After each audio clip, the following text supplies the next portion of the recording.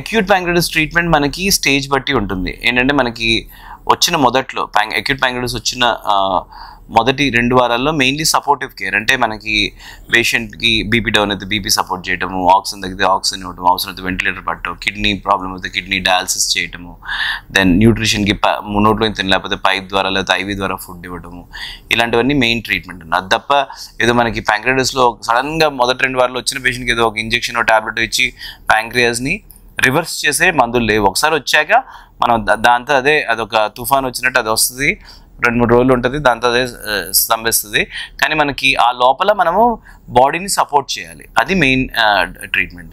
2-3 వారాల తర్వాత local complications వస్తాయి. అంటే ప్యాంక్రియాస్లో చీమగడ్డలు ఫామ్ అయ్యి WOPN, వాల్డ్ ఆఫ్ కుళ్ళిపోయిన ప్యాంక్రియాస్ వలన WOPNs, walled off pancreatic necrosis లాంటివి ఫామ్ అయిపోయి లోకల్ కాంప్లికేషన్స్, ఇంటెస్టైనల్ అబ్స్ట్రక్షన్, పేగులు అడ్డుపట్టము, జాండిస్ రావడము, జ్వరం రావడము, బ్లీడింగ్ రావడం, ఇలాంటి ప్రాబ్లమ్స్ వస్తాయి.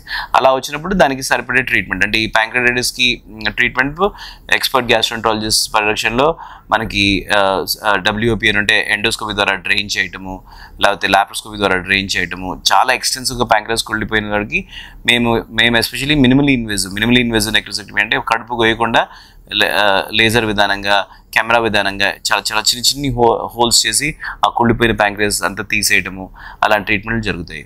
అలాగే వేరే కాంప్లికేషన్, జాండిస్ ఉన్న వాళ్ళకి ERCP చేయటము, లేకపోతే ప్యాంక్రియాస్ వలన రక్తనాళాలు బర్స్ట్ అయ్యి బ్లీడ్ అయిన వాళ్ళకి యాంజియోగ్రఫీ చేయటము. సో బేసిక్లీ ఏంటంటే అక్యూట్ ప్యాంక్రియాటిస్ అనేది, ఎస్పెషల్లీ సివియర్ అక్యూట్ ప్యాంక్రియాటిస్ అనేది ఒక్కళ్ళు మేనేజ్ చేసేది కాదు, దీనికోసం పెద్ద టీం ఉండాలి. అంటే మనకి మెడికల్ గ్యాస్ట్రోఎంట్రాలజిస్ట్ ఉండాలి, సర్జికల్ గ్యాస్ట్రోఎంట్రాలజిస్ట్ ఉండాలి, ప్యాంక్రియాటిస్ ఎక్స్పర్ట్ ఉండాలి, డైటీషియన్ ఉండాలి, ఇంటెన్సివిస్ట్ ఉండాలి, మంచి ICU సపోర్ట్ ఉండాలి, దెన్ ఇంటర్వెన్షనల్ రేడియాలజిస్ట్, అంటే మనకి బ్లడ్ వెజల్స్ అని ఉంటే బ్లాక్ చేయడానికి, పైప్ లేయడానికి ఇంటర్వెన్షనల్ రేడియాలజిస్ట్.